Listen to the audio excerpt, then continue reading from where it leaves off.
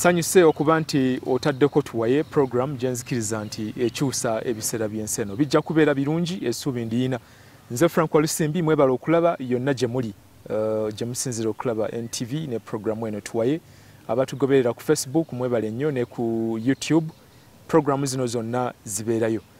Olunaku olwaleero tugenda kwogera ku nsonga ya namagoye, Albinism mu luzungu. Bw'abeera muntu bagamba albino nti oyo namagoye. Mubamanyi tuwangala nabo abantu bano bantu ngaffe. Olunaku olwaleero tugenda okwongera twesomese, tweyigirize, twejjukanye ebikwata ku mbeera eno. Mbeera si bulwadde okubeera albino oba albinism si bulwadde. Embeera ebeerawo nti omuntu alina ekirungo ekimu ky'atayina. So tugenda kuba bimu ku bye twogerako olunaku olwaleero. Tulina omukulu okuva mu Source of the Nile Union of Persons with Albinism, SNUPA, Peter Ogik, muze mumulaba ku programu ezitali zimu. Jinja. Ne kutuwaye webala okukkiriza okubeerako. Kale bannaaba. Tubalumbye Jinja wano twogeremuko namwe. Nga tuli ku Source of the Nile. Source of the Nile njiraba wano mweyagala empewo zibafuuwako mwera kali. Bigenda bite Jinja? How is Jinja? Jinja mulungi. Okay.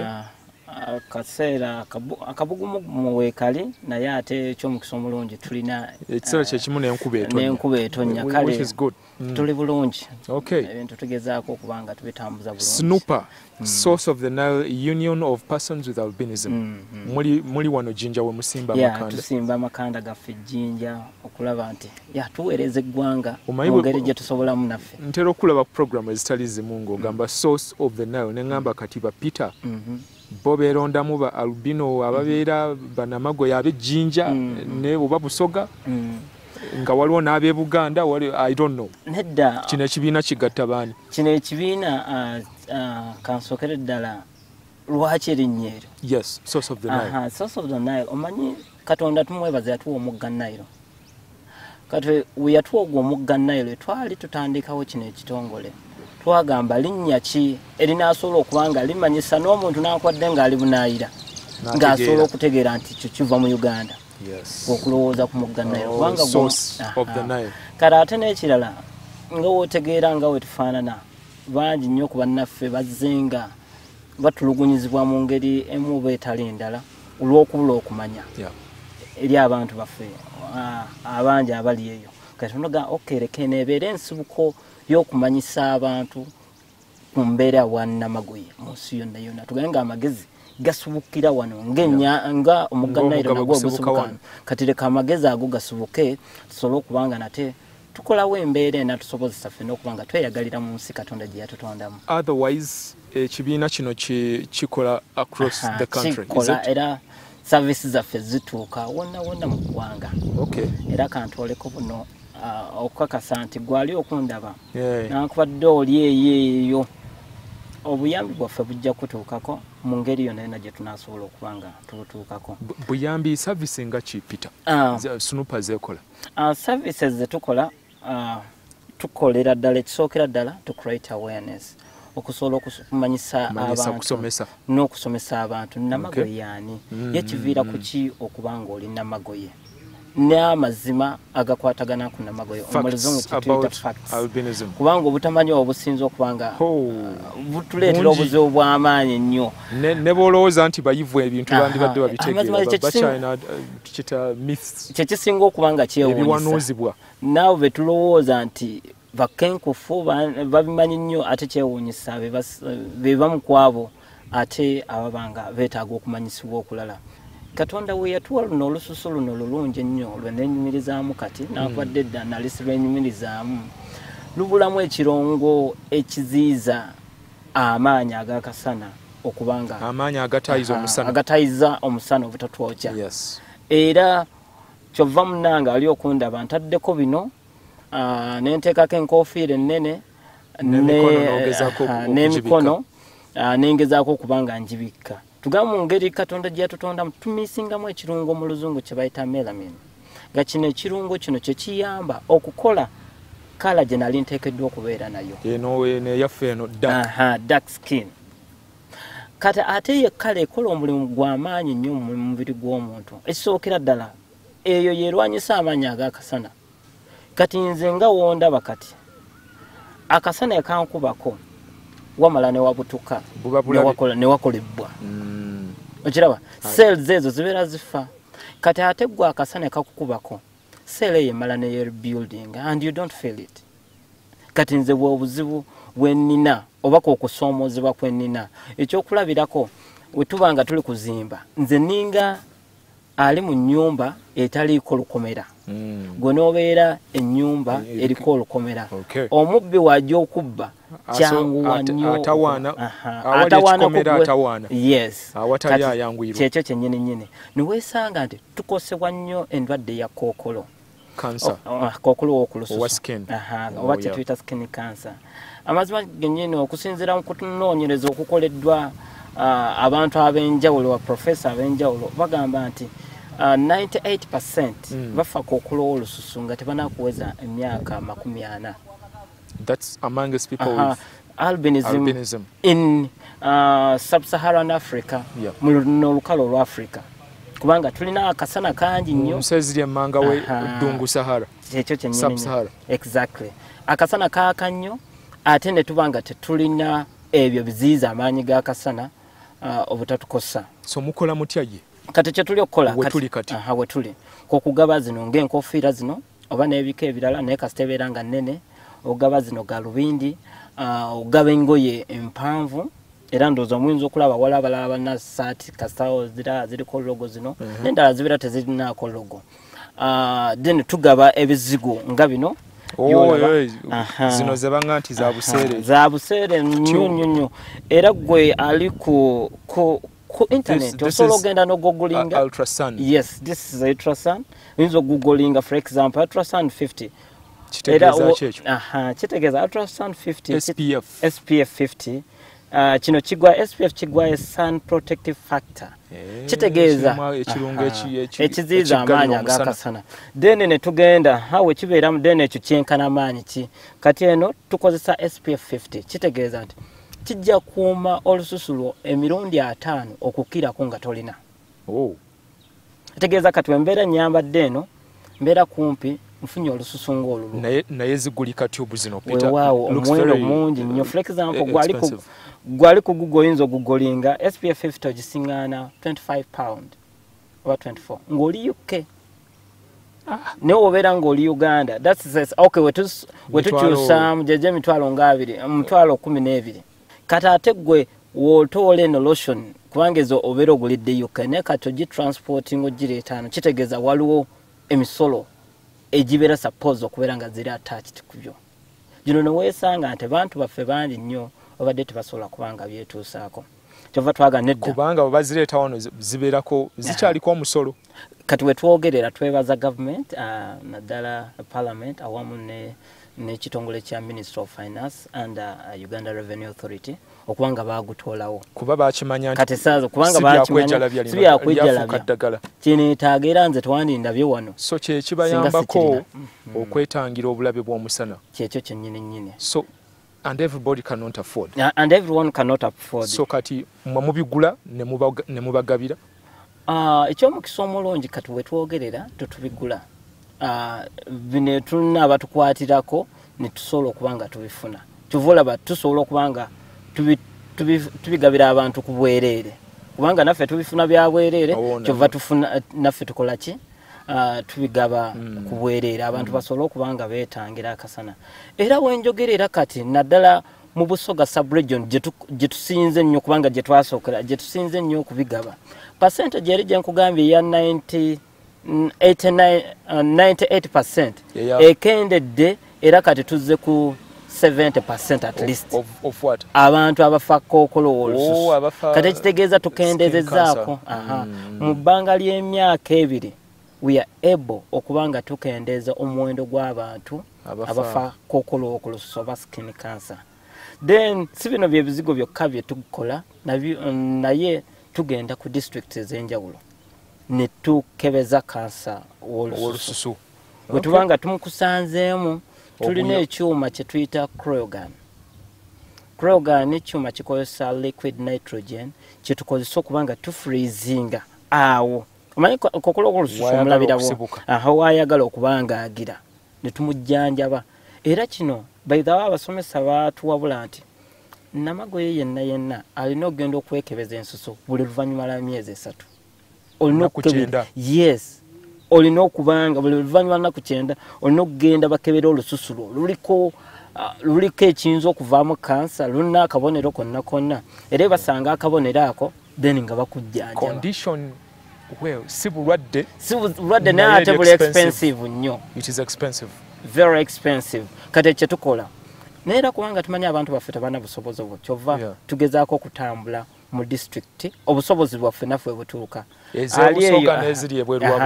neziri eyo kati nga side za ggulu twagendayoko central and other parts obusobozi sometimes tebutusobozesa kubanga tutambula each and every district naye tugezaako for example tugamba nti genda eggulu tuyita bonna for example abali mu northern Uganda kubanga bakuŋŋaanira awo mukola testing ya kkansa n'okugaba ebintu ng'ebyo bisobola okuba nga bibasobozesa nga tuvudde ku ebyo bye tugaba nga tuvudde mu mbeera by'ebyobulamu ba service provision tugenda maaso n'okulwanirira eddembe lya bannaffe bangi eddembe lyaffe lizze nga lirunyirirwa.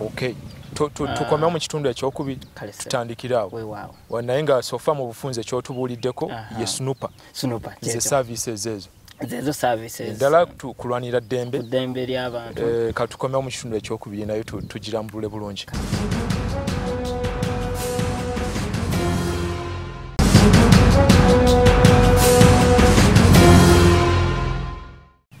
Kegende maaso tuwaye Peter Ogik gwe tuli naye twejjukanya twesomesa wano kubikwata ku mbeera ey'obwa namagoye Albinism mu luzungu. Yoli bwakubuuza nti namagoye yaani ava kuki mu ddakiika ng'emu omugamba ki? Namagoye y'omuntu aba azaaliddwa nga talina kirungo kikola kkala era ng'okuzaalibwa kuno kwa bwansikirano genetic era omuntu oyo okuzaalibwa abeera yafuna tukayita katya ensigo eyo tugiyita ensigo okuva maama ne taata. Maama yekka wabanga yalina ensigo eyo oba that gene tayinza kuzaala namagoye oba taata wabeera nga yekka yalina tayinza kuzaala namagoye. Kitegeeza nti mwembi mulina okubeera nga mulina ensigo ezo oba genes ezo okubanga muzaala namagoye. Ekyewuunyisa muyinza okuba nga temuli bannamagoye naye nga muli baddugavu kati nga maama ne taata abanzaala baddugavu era nnyini era twabuuzako taata ewammwe waliyo kanfaanana nga tetulabangako ne maama naye nga tabalabangako naye tutegeera nti Katonda bwe yatonda munda muffe tubaamu abantu abangi ennyo betamanyi jini esobola okubuuka neve mabega kujjajja wajjajja nejjangeyigira kisoboka till when ye kasta jini yekola ng'osangaganye munno ng'omukwataganye kati awo bayinza okubanga mu lunyiriri olwo nga temufunangako nga temufunaganangako gwomukwataganya nekyo kyennyini naye nga kijjo kitambula n'ekirala abantu bayinza nga tetubalabangako naye munda muffe kati tutegeera kati nga tubeera n'abantu Katonda yatutondera abantu bangi osanga abakazi balina amagi mangi n'abasajja we batyo. So kitegeeza omuntu ayinza okubeera n'ensigo eyo n'azaala abaana abalinomu okutuusa lwava mu nsi eno nga tategedde nti yalina jini ereeta obwannamagoye. Then kati maybe kyakola naye mu baana baate basobola nabo gifuna bagifuna naye tebalabika nti nga tebalabika nga bannamagoye okutuusa nabo lwe balisanga jini bwetyo exactly kw'okuzaala omwana namagoye. Kyovuula abasinga obungi bagamba nti nze waffe tetubalabangako era tebaliiyo. In fact kino kitukosezza nnyo kyesanga nti 8 ku 10 ffe bannamagoye to growing up with single parents kubanga bataata bamala otuzaala kasa bategeera nti azadde namagoye nti ewaffe eyo tebibeera byaffe mugende tubikola nnyo ku mawulire nti ewaffe tetuzaala namagoye tetuzaala balema tetuzaala exactly ebintu ng'ebyo. Ekikwewuunyisa n'oluusi bamaama nabo batusuula ne bagaana okutuyonsa naganze siyinza kuyonsa omuntu ng'oyo era tulifunye cases nyingi nnyo nazo nga bamaama yasuddeawo omwana oluusi amusudde mu lugundi mu lumwanyi mwanyaawo ye neyeegendera era n'osanga nga daddi yali okudaaga n'omwana we wabanga alina jjajjaawo omulungi n'amuyambako okubanga akuza omwana oyo kati zeeze embeera lwakuba abantu tebategedde anti obwannamagoye okuzaala namagoye mulina kubeera babiri then ekintu ekyakinandeetaaza abalabi baffe bategeere anti obwannamagoye tebuli mu Uganda mwokka tebuli mu Africa mwokka wabula mu nsi yonna mu Bachina mu Bazungu era ndowooza mutera okulaba ono omusambi w'omupiira gwe bayita postcodes tekikoma ku bantu but every living things gwali ku googling a fish with albinism kijja kuleetera ekifaananyi olabe ekyennyanja bitonde byonna as long as kimisinga that originality color yaayo oba for example ekibala kiri ku misinga mola kiri ku misingira ddala chlorophyll there is that albinism in it kati bakitegeere that just a condition nalabako ebifaananyi by'enjovu albinism kyekyo kyennyini kale kyetugezaako okukakasa abantu n'okutegeeza abantu anti obwannamagoye ekisookera ddala is not a contagious anti kati nga we namusizaano Frank anti naye agenda kufuuka namagoye anti abalala batuuka n'okugamba that omusekerera ne ojja mumuzaala of course bakozesanga those words to protect baleme kuba yeeyereza nnyo exactly naye nga ekituufu kyennyini tetugira maybe then another thing nga eri gy'olaba nti olususu lumisinga that melanin n'amaaso nago tumisinga ekirungo ekiddugavu ekisunsula amaanyi ag'akasana kino ne kituwa okubanga tetulaba bulungi mu kasana nga kangi nnyo kyova ntaddeko zino galubindi zino sobola okubanga nfuna artificial tugambe nsobola okubanga nsengejja amaanyi ag'akasana agayingira gabere kulemanga galeme kubanga gali sharp nnyo then ekirala kino kikendeeza mu buwanvu bw'okulaba bwaffe ne tubeera nga abasinga tulaba byakumpi nnyo era wano wenkubira omulanga abasomesa obanga mutulina mu masomero gammwe nfuba okulaba nga tutuula in front ate tubanga tutudde in front tuleme kutuula kumpi n'eddinisa kubanga waliwo light ey'amaanyi eyinza okubanga evaawo ejja okubanga ate enkosa kati ntule in front mu middle row kyekijja okunyamba nga nkola bulungi okubanga nsoma then ekirala ekitugezaako kutuyambako ku site zaffe okufuna also reading glasses era byebino byebintu byonna byenjogeddeko kyova tubigaba glasses nazo muzigaba yes tuzigaba era gaba glasses tugaba zino then naziri reading glasses ne reading glasses ojja abasawo abakugu ne bakola ki ne bapima ne bategeera obuwanvu kubanga era level CM ate bitambula ku speed mubiraba mutya motoka ngeye ejja pichi ne tusobola okubanga tulaba kubanga tulina bangi abavuga basobola okubanga bavuga pikipiki osobola okubeera can you estimate nti eri ku speed bweti yes osobolera ddala nga wenkugambye anti level y'okulaba yo yanjawulo ne mu bantu abatalina ng'omuntu omulala yenna level ebeera yanjawulo kati osanga nga oli is a person with albinism naye nga site ye si yembi nnyo kati nze ekyokulabirako oyinza okulaba nga abalala abanfaanana nga okusoma ekintu alina kiteekaano ku nnyindo kye tuyita nose reading omulala ate n'ateekawo n'osanga kati ate nze nteekaano nemba nga read comfortably kati nakyo kisinziira abantu bawanuuza ebintu bingi ku mbeera yammwe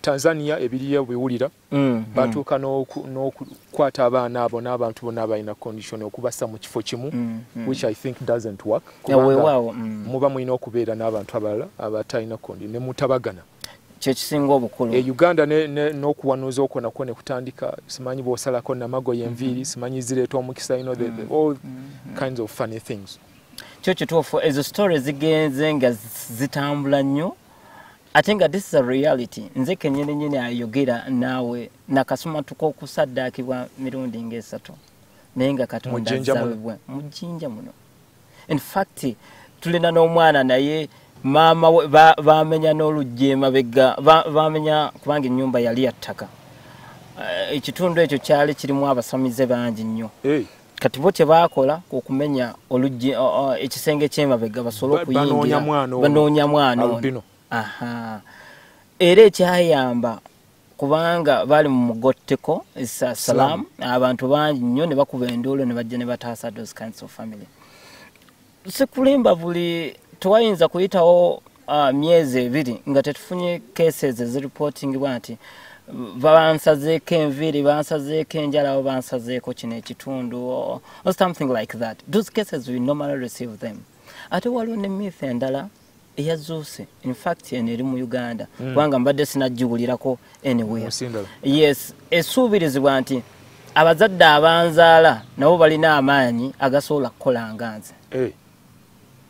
Era kino twakifuna oluvannyuma lw'omuzadde omulala okuttibwa nga bano bamu approachinga directly anti munnange okitegeera ensi yaki sente tuwe omwana wo musajja n'agamba nedda I can't give you sisobola kubanga sisobola kutunda mwana wange ndassemwe kubanga oyo omusajja yalina sente yali amanyikiddwa kati nalowooza ddati ayinza okukozesa influence yo kubanga akola waatyo baalabanga ebbanga ligenze ng'ono omuzadde alemeddwa after a few months they found nga bamusazeeko omutwe nga n'omusaayi bagulegamye nga guli awo yafa mu nfenzi bwe nnyo naye nga okusinziira ku story omukyala ng'anyuma yagamba dati baalowooza dati nti naye alina amaanyi omwana yamuggyawo n'amukweka. Yes, of course. By the way, ndowooza kiyakola ndowooza yabakweka ndowooza I don't know how it happened but I don't know how the family survived that. Naye okusinziira ku mboozi y'omukyala ng'anyumyaga that tebaali waawo mu maka ndowooza we are sensing something like that oba yabasindika mukyala to be protected.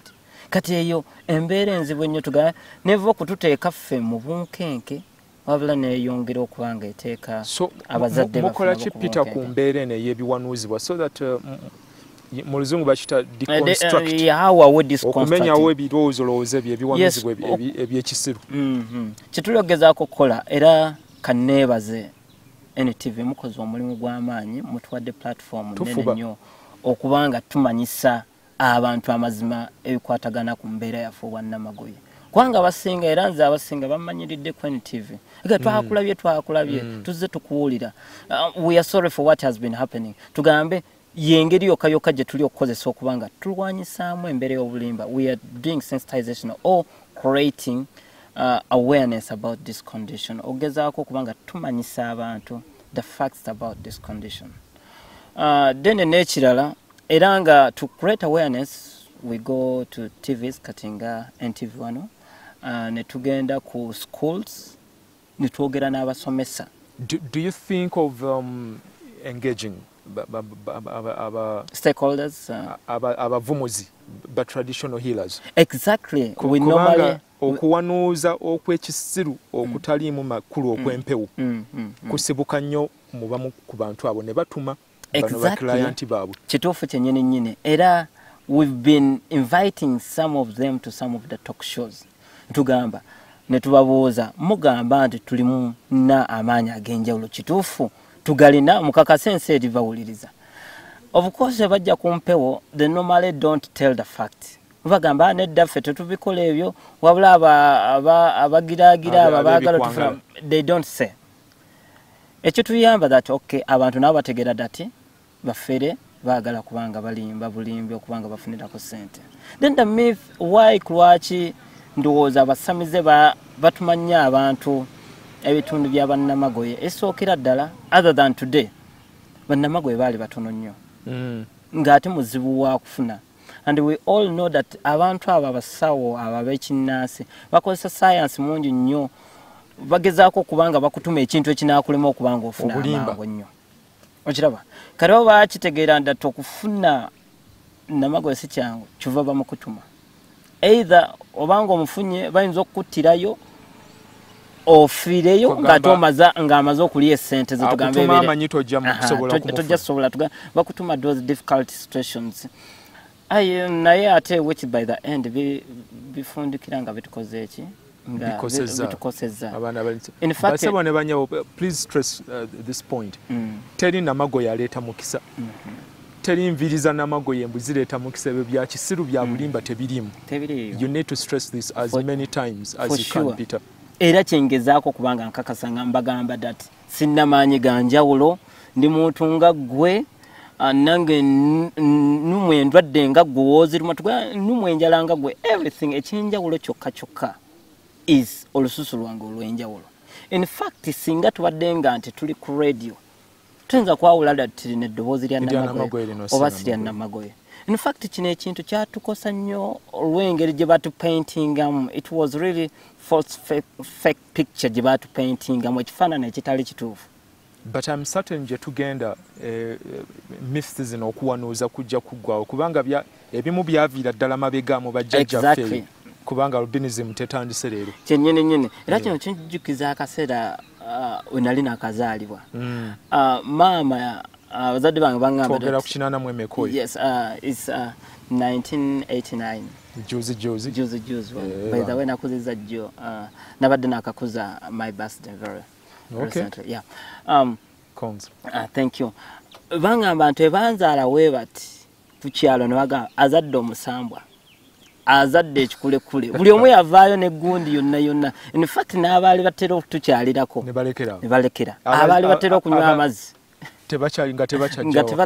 bagana edda gali amaka mulimu nabe mulimu ekintu ekitategerekeka. Abazadde abeewaayo ne mulabirira abaana be muzadde nga balina condition ya albinism tubeebaza muli bazira mu ngeri nnyingi era bazira nnyo. Bangi tukola stories nga babasuddewo abasajja okyogedde badduka ku bakazi abakazi basuulawo abaana olw'okuba olw'embeera ng'eyo. Era neneebaza Katonda nti bombi baali batya Katonda era ne bagamba nedda oli mwana waffe era nankwadde baba bakyabo bayimirirawo. Kati obuzibu nze kennyini ntandika obulaba nga njoininga essomero. Ngenda ku ssomero abaana banziruka bampita bogoya bampita amannya amalala amangi ennyo abampita omusambwa emizimu bana batandika okumbuuza ebintu nga mmwe nammwe musoma. Imagine. Sigamba nti omuntu nga gwe wabula ebintu tugaba bantwalira just things nammwe musoma. In fact bino ebibuuzo byansoomozanga nendowooza maybe my answer to challenge these guys. Exactly byansoomoza nga bannange kati batandise nakutuyita bintu ate ekyankolera ddala obi ne mu kibiina kye natuulamu mu kusooka abasomesa nga banteeka emabega kino ne kintawaanya nnyo okubanga siraba byalinga ku lubaawo olw'amaaso gange okubanga tegalinga galaba bulungi.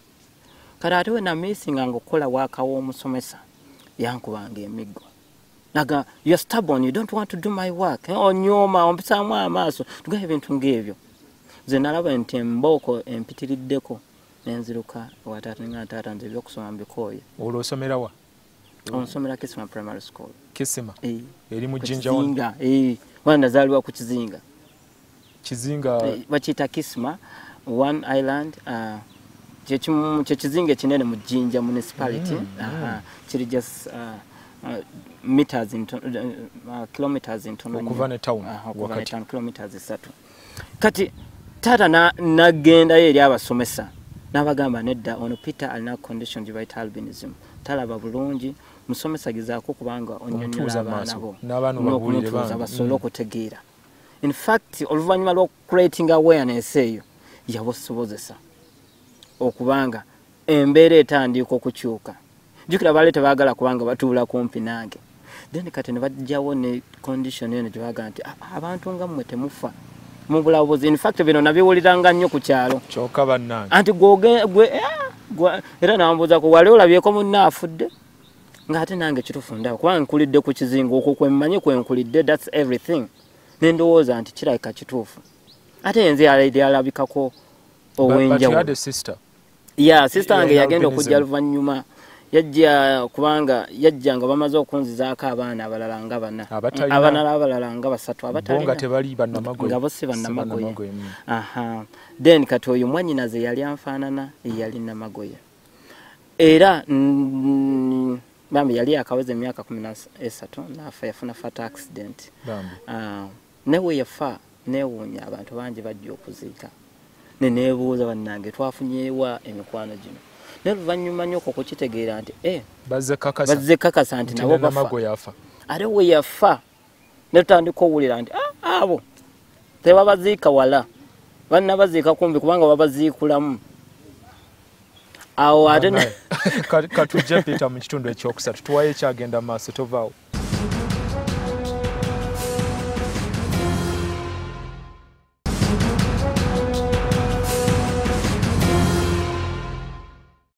Kegende maaso tuwaye nti sebo babaziika kumpi. Ani babaziika kumpi. Era naffe twali mu bunkenke obuzibu nnyo olw'okulusuubira baatugamba nti abo bannamagoye bamala ne babasimamu. Kati twalina nti system bajja kumubba omugenzi ne tumuziika awo kumpi.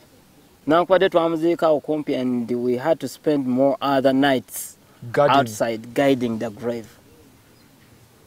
Kati yeye embeera y'obuvubi. In fact y'obugubi. In fact embeera yampo okubanga nonda course gye nakola ku university. Course kyeyo nakola social work and social administration. Engeri gye nkolaganamu okubanga n'abantu aba bulijjo n'okwongera okubasomesa. Wow. Era kati kyoliko? Era kati kyendiko. Era lissanyu lyange oba omuntu kyayinza okukola your hobby or a vocation. Oba munzikiriza kye tuyita okuyitibwa kwange tuga kati kulinga ng'okuyitibwa kwange. Interesting. Very interesting. Njagala abantu bamanyi. Mudiringa ne bannamagoye nga bameka? Nga teweebaze. Nga seebazeeko. Betwa abakafuna services the beneficiaries right now bali lukaaga 27 right now. Quite a number. Quite a number. Bali nnyo mu Eastern? Yeah, abasinga obungi okusinziira mu kunoonyeza kugamba nti bali mu Eastern, mu Western Busoga sub-region, then ne Bugisu sub-region. Mu Karamoja, of course every region tulinamu naye ate high perseverance eri eno mu side za Busoga oba mu side za Eastern Uganda. So eno gundi Snoop ekibiina kino kiina target nti mwaka bwe guti tufundikira oba mukyagenda mu maaso tewaliwo time frame eri awo nti tetulina time frame atujja koowa nga tuwulira nti oba nga tulaba nti tufiitinga mu society ng'omuntu omulala yenna. Okira kyetuli kubanga omuntu abeere nga alaba Peter wabula nga talaba nnamagoye. Kyekyo kyengamba nti omuntu abeere nga alaba obusobozi bwange wabula aleme kulaba maybe my disability abeere nga alaba my abilities or my potential than seeing my impairments. Yeyo society that we are looking towards. A society where we are tukyalwana kusosolebwa kungi. Mwina kubanga semwe kibiina kyokka waliwo n'ebirala ebikolagana ebigezaako nabo okuyamba mu mbeera eno. Nekyesimanyi mwina abantu abascoutinga mu byalo eyebbali ewala okunoonya abaana bano mbasanga nnyo abali disadvantage yenna bambi abutuse n'ogamba kyekyo kyennyini tulinayambako lizigo. Kati nga approach yaffe gye Snooper engeri gye tukolaganamu, we work directly with government. Work through government, district councillors. Kubanga obera, for example, district councillor for persons with disabilities. Kubanga we are categorized under disabilities. Oba abantu abaliko obukosefu obw'obulemu mu ngeri emu oba endala. Kati nabana batuyamba nnyo kubanga bategeera how many people there in their communities mu byalo byabwe kubanga bamala ne barankinga down wa LC3 LC4 okutuukira ddala bwe tutuukira ddala ku muntu awansi. Kyovulaba all our project tukolaganira wamu ne government. So that nenkya oba akaseera maaso nga tetuliiwo all what we started bibeera nga biri sustainable nga biyambira ddala nnamagoye okubanga asobola okubanga ddala yeetaaya mubulamu bwe obwa bulijjo. Tetukomyawo, but also we work with international agencies like Pan-Africans, Albinism ambassadors. Kyekibiina ekitugatta ffe abakulembeze b'abantu bannamagoye mu Africa. Then ate ne tuba nga tukolaganira ddala ne United Nations okubanga nabo making sure that nga bali kukola ku bantu abalala ne bannamagoye nabo babalowoozeeko. Era neebaza nnyo okubanga bajja is it a statement oba agenda gye bayita leave no one behind, by starting with those who are farthest. By starting with those twabeerawo gwe muleka mabega naye nga mutandika n'abo abali emabega ennyo.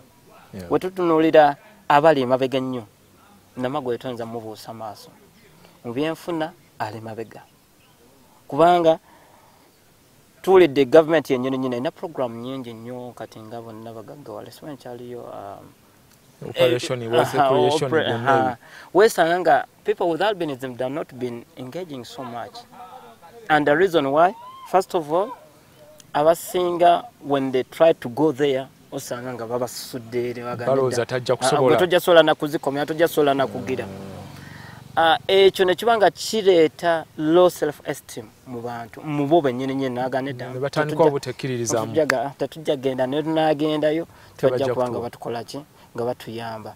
Kati nesanga still even other government programs tetuganyuddwamu okiraba nowesanga even in politics erojja kwesanga batono nnyo oba ewaka abalala ku bantu bennyini bakusosola ku kitundu kyo bakusosola then anana okuwa akalu mu community yonna okiraba ate naddala wenjogera ku politics leero simanyi wabiri bitya atalina nnyo tebamulabawo kati embeera ngeeyo ogenda okwesanga nga bangi bali mu mbeera ey'obwavu bangi basosoleddwa kino ne kibawo okubanga ennyingiza mugyetaaga because the condition is very expensive exactly to keep with. Era kyekintu eky'amaanyi kyova twalabanga kino kyetaago nnyo ne tutandikawo kye tuyita small income generating activities, and in fact kino kiri kuyambako kubanga kitereezaako kwabo abatono betusoboddeko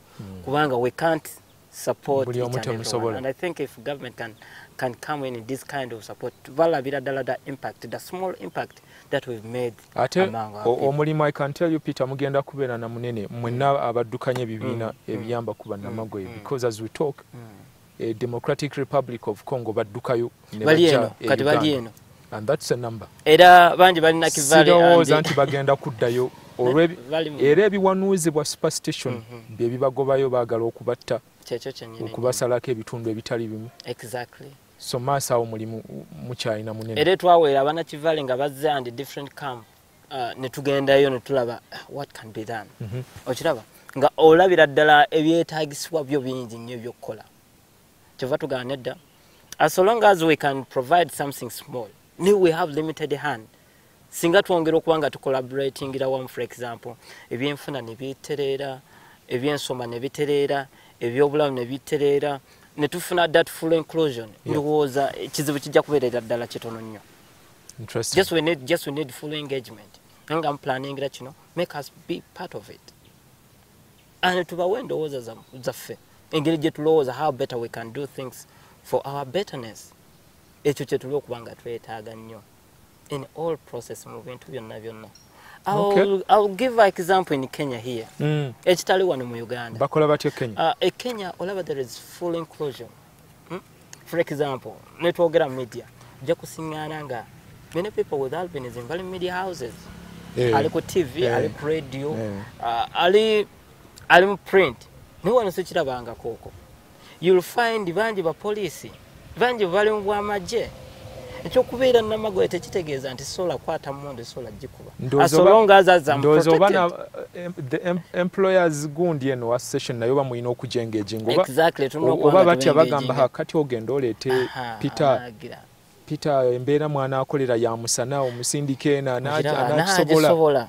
Maybe they have that fear. That's some of them, but also they have the perception that we are cursed. Era ndowooza eri era njijukira when I live on vacation yange ya senior 4 when agezangako okusaba omulimu oli yali so kind nga kugana edda like application will call you naye abalanga bakubuulirawo anti gojja tiisa bakasitoma baffe you will scare our customers. Imagine. Okira that misperception then abalanga bagakwero n'asobola and yet nze omusajja nali muvubi nga nsobola okuvuga enkasi envuba kubanga nkulidde ku nnyanja kyekyo kyenali nkimanyi ekyenali mmanyi mbooza nakawera ensawo wali ku nnyanja ng'omwana waayiga ku lukalo omwana waayiga okuvuga eggaali obukuba amatafaali eri kuba kuvuba omwana atandika okuyingira mu nnyanja myaka 8 taata amutwala okuvuba nga naye atudde ekiseera kyo ekisinga kati okimalira mu snooper.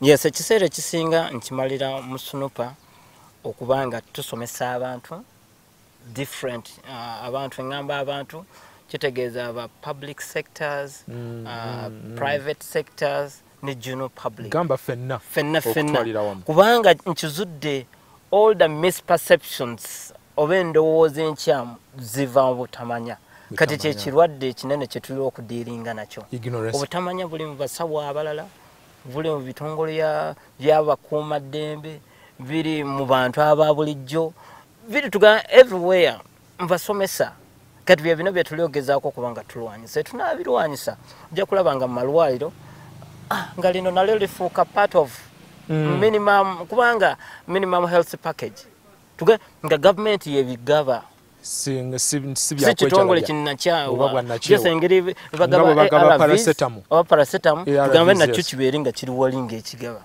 nti ozeewo ina albinism paaka yiyo kubanga nze sikulimba nga sikirina tojja kundabako era sifuluma mu nyumba that's me that I want to be productive in my community in my country protecting a skin kati tuvola it's very essential sikyakwejjalabya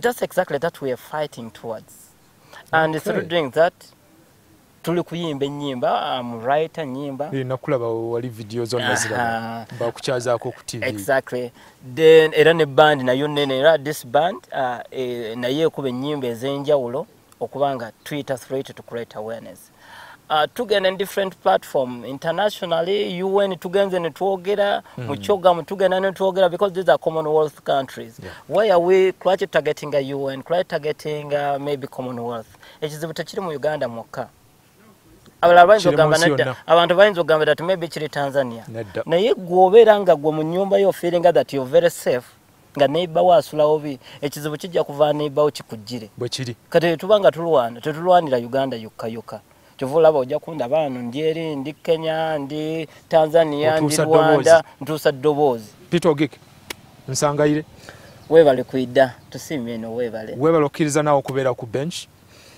ku TV obaddeko emirundi mingi but I can tell you nze sijja koowa kubakyaza kubanga ensonga yeetaaga okwogerako ndowooza buli wiiki senga kyandisobose era kyetusabako twandisomesezanga abantu okwejjamu ebirowoozo I won't be afraid ebyekisiru ebikola ebyokusaddaaka ebitaliimu oba bakijjawo I don't know buli agezezaako okukikola bamaliriza bafunye bizibu so nga baali balowooza banoonya bugagga okudda ku Peter ng'ono ng'olowooza nti agenda kuwa omukisa oba obugagga bya bbule bya bulimba tebikola so bano bantu nga ffe talina njawulo Peter talina enjawulo gy'alina nti ye talina kirungo kikola kale eriddaka ate nze nga nkola ki nga nkina naye ebirala byonna byebimu we are the same. Thank you, Peter. You're welcome. Thank you so much. I'm so happy. Eno etuwaye program gyenzikiriza nti ejja kukyusa ebiseera by'ensi eno bibeere birungi. Katonda omulungi